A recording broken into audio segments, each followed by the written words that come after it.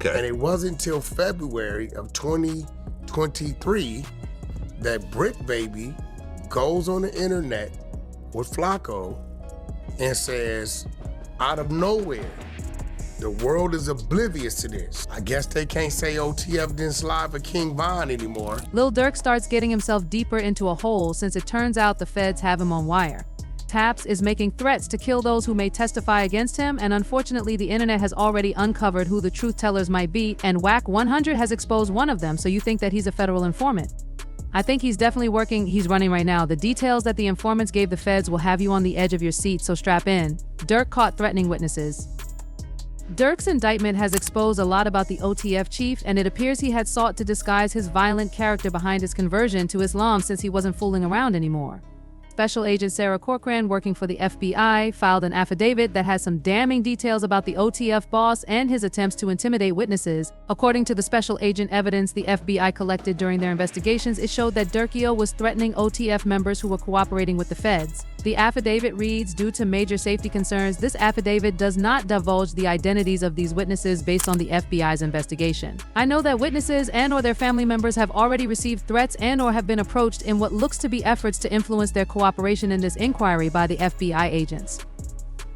Affidavit someone is absolutely truth-telling, and at the time, all eyes have been drawn to two prospective witnesses in the case OTF Jam and Brick Baby's participation. In this case, it is weird, particularly given he isn't a member of OTF and isn't from Chicago. However, this didn't stop one of his OPS from attaching him to the case. This is none other than Crazy 100. On a podcast with Adam22, Wack stated that, according to his sources, Brick Baby is working with the feds. Do you believe that he's a federal informant? I think he's absolutely working. Wack also revealed that the one person who could tie Brick Baby to the case was on the run because the day OTF members were arrested in Chicago, the feds also came for the unnamed co-conspirator in LA. So, unfortunately, he wasn't at his house the day they kicked in the doors and picked up the OTF guys. They kicked in his door right here in Los Angeles to pick him up, only he wasn't at Mama's house.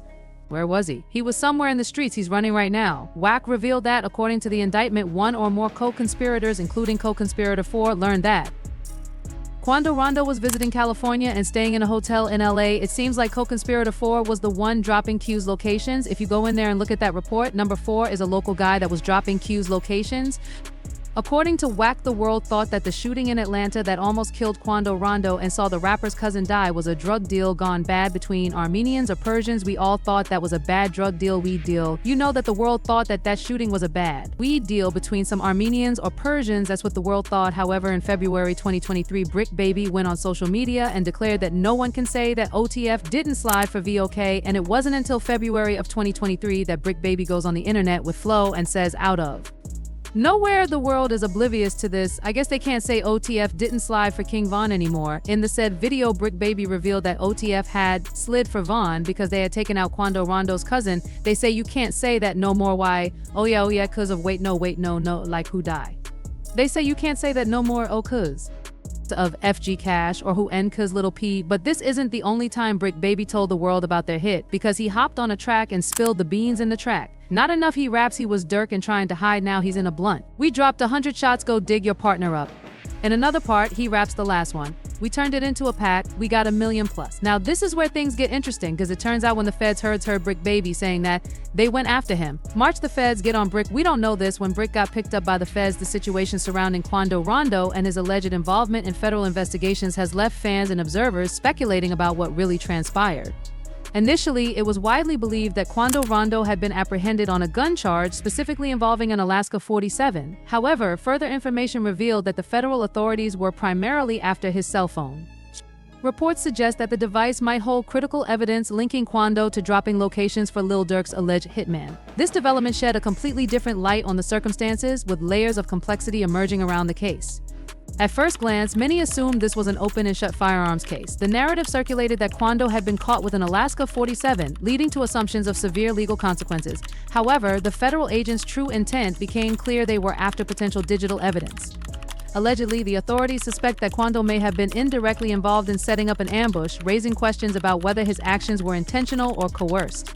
Following the shooting, the situation took a dramatic turn when federal officers reportedly told Quando that the gang he represented, the Rollin 60s Crips, had betrayed him. This revelation added another layer of intrigue to the story, suggesting internal conflicts within the gang. Quando Rondo had long claimed allegiance to the Rollin 60s, a subset of the Crips. His association with the gang became even more evident when he landed in Atlanta and reportedly checked in with its members for protection. Among those he interacted with was Brick Baby, a known figure in the gang and someone with a history of incarceration. Brick Baby's presence in this story has raised suspicions, particularly when fans notice inconsistencies surrounding his legal troubles. In June 2023, Brick Baby was allegedly caught by federal agents with an Alaska 47, yet he has not faced formal charges or a court date since the incident. This peculiar lack of action by law enforcement has led to widespread speculation, with fans and critics alike questioning whether he might have cooperated with authorities. Social media exploded with theories. One user commented, "Dude got caught with an Alaska 47 by the feds in June 2023 and still hasn't been to court. Make that make sense?" Another fan remarked, "Brick sounds like he's telling LOL." The unexplained disappearance of Brick Baby's case has led some to believe that he might have played a role in leaking Quando's location to his enemies. This speculation gained traction after Quando took to social media to denounce his gang, expressing feelings of betrayal and claiming that they had failed to support him in his time of need. While allegations against Brick Baby remain unconfirmed, the broader narrative includes other alleged informants, including OTF Jam. The OTF affiliate has been at the center of controversy due to accusations that he betrayed members of Lil Durk's camp. Reports suggest that OTF Jam wore a wire to record confessions from other members, potentially aiding law enforcement in ongoing investigations. When these allegations surfaced, Jam addressed the situation on social media, insisting that people stop accusing him of snitching until concrete evidence, such as his name appearing in police paperwork, emerged. Despite his denials, fans remained skeptical, with many interpreting his public statements as an attempt to deflect attention. The overlapping dynamics of gang loyalty, alleged federal cooperation, and social media accusations paint a chaotic picture. Quando Rondo's decision to denounce the Rollin 60s and distance himself from gang affiliations suggests a personal reckoning brought on by perceived betrayal. Meanwhile, Brick Baby's unresolved legal troubles and OTF Jam's alleged actions further complicate an already convoluted web of suspicions. In a world where street loyalty and survival often clash, the unfolding drama involving Quando, Brick Baby, and OTF Jam serves as a stark reminder of the perils of gang life. As new details emerge, fans and observers are left questioning who can truly be trusted and whether the federal investigations will bring clarity or further chaos to the lives of those involved. Casey J. Hester, aka OTF Jam, is my artist's real name until you see that name on the paperwork. Don't admit me. He posted the situation at OTF worsened after none of the OTF affiliates co-signed Jam. No one tried to have his back, even though they were all on the internet screaming free Durk. Well, OTF Jam went a step further and accused Durkio of snitching on him. He first revealed that Dirio snitched on him on a track, calling me a rat or a snitch, but is rapping snitch on thems all the time. He posted Jam was talking about the track Back Again, where Durk raps Jam get out that Jam I give him 50 ain't got to. Asked again, he was catching murders way back then. That's when the max was in. It turns out OTF Jam had been released in February 2022 after doing 12 years for attempted murder. The OTF affiliate had also confirmed that Durk had given him $50,000 when he got out of jail. Said he gave you 50, bro. You know what? Say facts, but can you tell us how much you don't want to even know. We ain't got to get into all that, but bro made sure he made a way for me to be straight. Like, turns out that after the feds heard Durk rapping about Jam catching bodies, they were on to him, waiting for him to make a mistake and take him back to jail. Who snitched on who? He snitched on me on a song. Police all up on me after that. Oh, he catching murders. Let's get him. Jam posted word on the street is that Jam was hit with weapons charges and was looking at going back to jail for another long period. It turns out that Durk refused to pay for Brody's lawyer or bond when he was snatched up. According to popular hip-hop commentator DJ Academics, Jam wasn't too pleased with Durk and decided to snitch and avoid jail time. So, are you saying that he made a threat towards Durk? I've been holding you down because I heard you mention something about how his baby mother contacted Durk for a lawyer and Durk may have brushed it off and they're like, yo, you're not allowed to blow off my call. When I need something, like I'm the guy who does the Durk for you, only time will tell whether Brick and Jam are telling the truth. But as for Durk, many people had already warned him about his crew and his activities in the streets, from 50 Cent to Big Meech, and since he didn't heed their advice, even his closest homies like Chief Keef and Lil Reese don't want anything to do with him. Ticking time bomb. Lil Durk was literally a ticking time bomb, since many individuals in the business attempted to convince him to leave the streets. A recent leaked tape went viral where famed gangster Big Meech was attempting to counsel the OTF head honcho to leave the streets behind. In the audio, Big Meech says, "Durk, you had to distance yourself from the bull. If you remain around it, you're going to be in it." Huge Meech knows a thing or two about the streets, since back in 2005, he and his brother were caught and sentenced to 30 years behind bars, much like Durkio. Me founded his empire, the Black Mafia family BMF, and built it to become a gang that would ultimately end up killing people. The gang's activities were modest in scale, selling cocaine on the streets of Detroit. The early 1990s BMF had effectively extended their operations. Beyond Detroit having a presence in key places such as Atlanta, Los Angeles, and Miami during the early 2000s, federal officials had begun to take a closer look at the Black Mafia family. The organization's fast development and the brothers' displays of riches were red flags that could not be ignored. The DEA and the FBI initiated a cooperative investigation centered on the Finner. The Black Mafia family BMF, led by brothers Demetrius Big Meech Flenory and Terry Southwest T. Flenory, became a notorious figure in organized crime during the early 2000s. Their vast network of associates and high-profile operations placed them squarely in the crosshairs of federal authorities. Despite efforts to avoid attracting law enforcement attention, the brothers' criminal activities, which parallel groups like Lil Durk's OTF, eventually unraveled under intense scrutiny. A series of events, including a fatal shooting in another state, triggered a federal crackdown that would ultimately dismantle their empire. The incident that thrust BMF into the national spotlight occurred in 2003 during a shootout in Atlanta's upscale Buckhead nightclub district. The altercation led to the deaths of two men, including Anthony Wolf Jones, a bodyguard for Sean Diddy Combs. This violent encounter underscored the brutal aspect of BMF's operations, prompting heightened attention from federal law enforcement. Investigators began piecing together a case against the organization, utilizing sophisticated techniques that had been successfully employed in other high-profile cases, such as the one against Lil Durk and his affiliates. Wiretap, surveillance, and informants played a pivotal role in the investigation, providing invaluable insight into BMF's intricate operations. These methods allowed law enforcement to map out the hierarchy of the organization, uncovering its ties to international cocaine suppliers. This revelation exposed the vast scope of BMF's criminal enterprise, which extended far beyond drug distribution. The organization operated like a corporation, with strategic leadership and a network that spanned multiple states. However, their success came at a cost, bringing relentless federal attention. By 2005, law enforcement agencies were ready to act. In a coordinated series of raids across states including Georgia, Michigan, Florida, South Carolina, Tennessee, Missouri, and California, authorities targeted key BMF members and associates. These operations culminated in over 150 indictments, effectively dismantling one of the largest drug empires in U.S. history. The evidence gathered was overwhelming, leaving little room for the organization to maneuver. The takedown was a testament to the effectiveness of wiretaps and informants, mirroring tactics used in similar cases to infiltrate deeply entrenched criminal networks. Big Meech faced severe charges, including operating a continuous criminal enterprise CCEA violation that carried a potential life sentence. Confronted with the prospect of spending the rest of his life behind bars, Meech decided to plead guilty in November 2007 to the CCE charges and laundering drug money. The plea deal was seen as a strategic move, with Meech hoping for a more lenient sentence, possibly as little as 20 years, instead of facing a lifetime in prison. However, his sentence reflected the gravity of the charges and the vast impact of his criminal enterprise. The downfall of the Black Mafia family marked the end of an era in organized crime. For years, the Flenory brothers had ruled a vast empire, blending their illicit activities with the glamour of the entertainment world.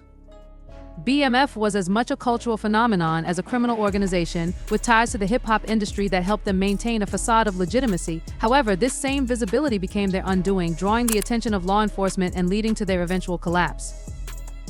The story of BMF serves as a stark reminder of the risks and consequences of a life of crime, no matter how elaborate or well-connected an organization might be. For Big Meech, the dream of leniency remains, but his legacy is one of both infamy and caution. The tactics used to bring down BMF have since become a blueprint for tackling similar organizations, showcasing the enduring power of modern law enforcement strategies in dismantling criminal empires.